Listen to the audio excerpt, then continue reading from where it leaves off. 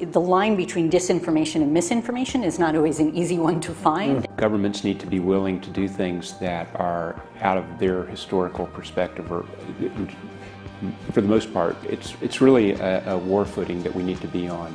It can happen quickly. A Marshall-type plan, don't mean to say that exactly, but a Marshall plan that can go into effect can stimulate a change very quickly. The distrust relates to the health system more generally. A step up from the part of the government on enforcement actions against fake news. I think a couple of things we have to consider are, even before this began, the anti-vaccine movement was very strong, and this is something specifically through social media that has spread. Welcome to Event 201.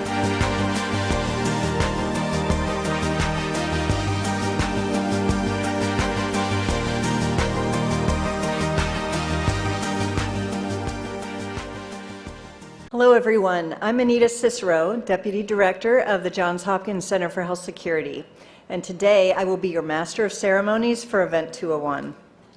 On behalf of our center and our partners, the World Economic Forum and the Bill and Melinda Gates Foundation, the goal of the Event 201 exercise is to illustrate the potential consequences of a pandemic and the kinds of societal and economic challenges it would pose.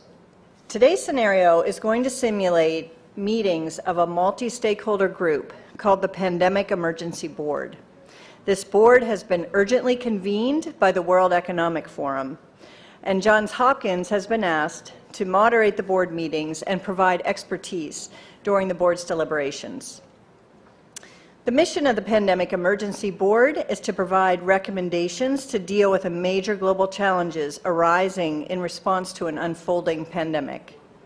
The board's recommendations are aimed at top decision makers in national governments, global business, and international organizations. The scenario you will be presented with this morning could easily become a shared reality one day. I fully expect that we will be confronted by a fast-moving, highly lethal pandemic of a respiratory pathogen. It began in healthy-looking pigs, months, perhaps years ago. A new coronavirus spread silently within herds. Gradually, farmers started getting sick. Infected people got a respiratory illness with symptoms ranging from mild flu-like signs to severe pneumonia. The sickest required intensive care. Many died. At first, the spread was limited to those with close contacts, healthcare personnel, co-workers, and families. But now it's spreading rapidly throughout local communities. International travel has turned local epidemics into a pandemic spanning the globe. Just 3 months ago, CAP started in South America, but has now reached several countries with more than 30,000 cases and nearly 2,000 deaths.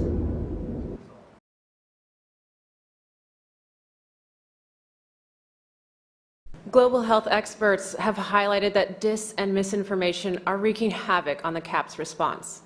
Health workers are under attack in a number of locations due to rumors that they are purposely spreading the disease.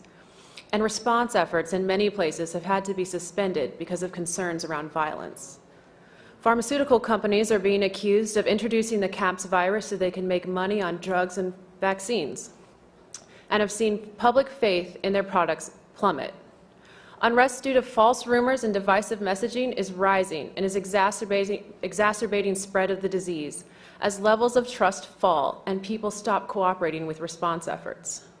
This is a massive problem, one that threatens governments and trusted institutions. National governments are considering or have already implemented a range of interventions to combat misinformation. Some governments have taken control of national access to the internet. Others are censoring websites and social media content. And a small number have shut down internet access completely to prevent the spread of misinformation. Penalties have been put in place for spreading harmful falsehoods, including arrests.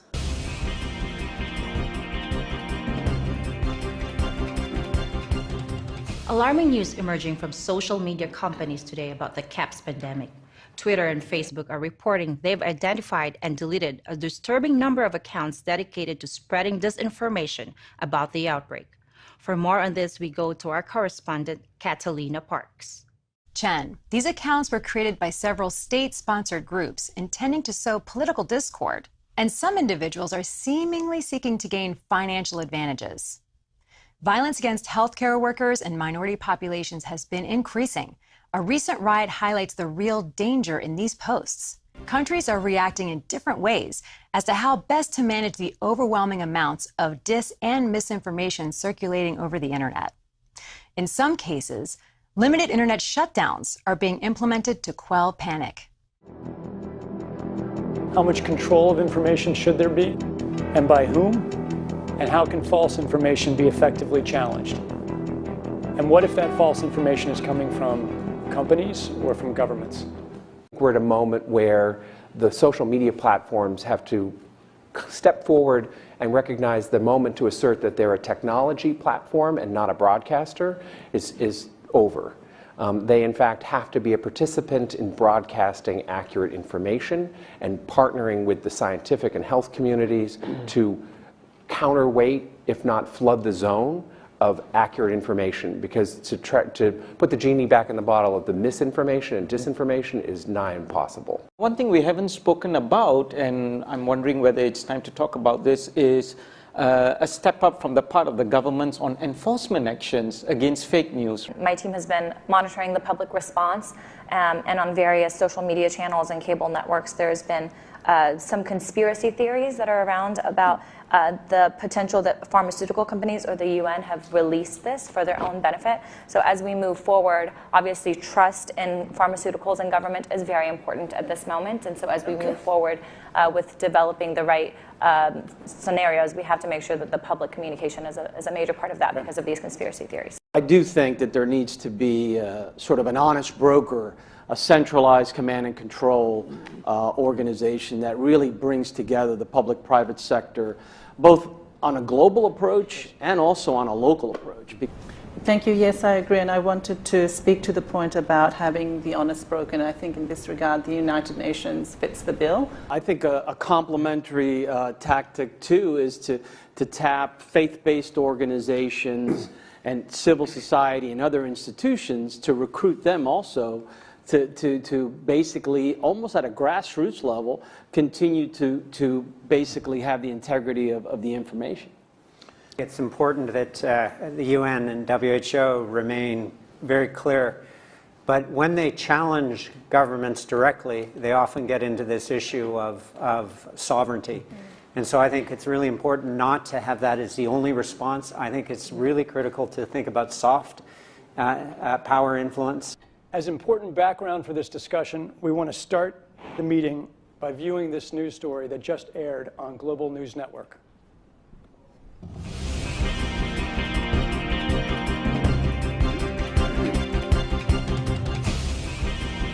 Continuing our coverage of the newly discovered CAPS disease and the scope of its deadly outbreaks, there are now more than 30,000 reported cases.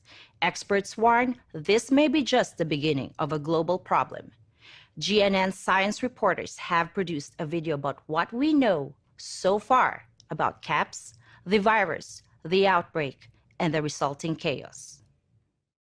CAPS is a novel coronavirus related to those viruses that caused the frightening SARS epidemic in 2003 and the deadly MERS outbreaks in recent years. Scientists think each infected person in turn infects on average 2 more people. This disease is proving more transmissible than SARS or MERS and about as contagious as influenza. Essentially, the cumulative number of cases is doubling every week. At this rate, we can expect to see 16 times as many cases in a month unless we find a way to interrupt transmission. The virus appears to be spreading rapidly in densely populated and impoverished neighborhoods in some megacities in South America. CAPS is a serious respiratory disease. More than half of the recognized cases have required hospital care, creating a huge strain on healthcare systems. The fatality rate is about 10%. For comparison, CAPS is about as lethal as SARS and 2 to 4 times more lethal than the 1918 influenza pandemic, the worst pandemic on record. Even so, some people only exhibit mild flu-like symptoms, not requiring treatment in a hospital. Alarmingly, those people are able to walk around and spread the virus, not realizing they are doing so. Even worse, international travelers have been arriving at their destinations symptom-free, but within a matter of hours, becoming ill. Travel-related cases have blossomed into outbreaks in a number of locations and have quickly grown faster than health authorities could respond and contain them.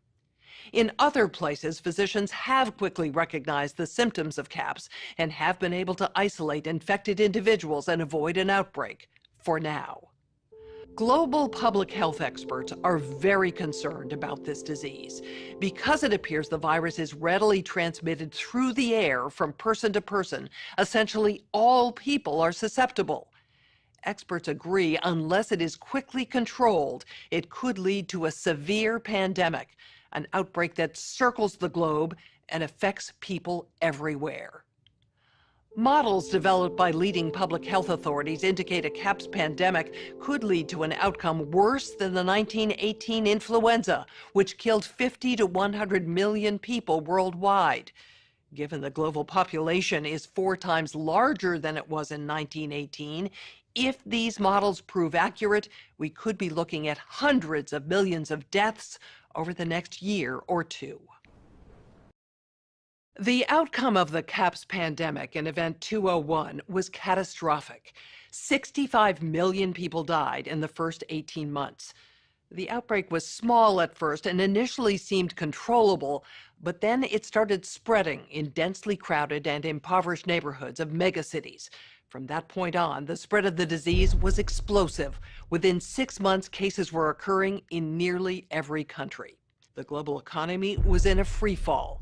The GDP down 11%. Stock markets around the world plummeted between 20 and 40% and headed into a downward cycle of fear and low expectation. Businesses were not borrowing, banks were not lending. Everyone was just hoping to hunker down and weather the storm. Economists say the economic turmoil caused by such a pandemic will last for years, perhaps a decade. The societal impacts, the loss of faith in government, the distrust of news, and the breakdown of social cohesion could last even longer. The line between disinformation and misinformation is not always an easy one to find. Governments need to be willing to do things that are out of their historical perspective, or for the most part, it's really a war footing that we need to be on. It can happen quickly. A Marshall-type plan, I don't mean to say that exactly, but a Marshall plan, they can go into effect, can stimulate a change very quickly. The distrust relates to the health system more generally. A step up from the part of the governments on enforcement actions against fake news. I think a couple of things we have to consider are, even before this began, the anti-vaccine movement was very strong, and this is something specifically through social media that has spread. Welcome to Event 201.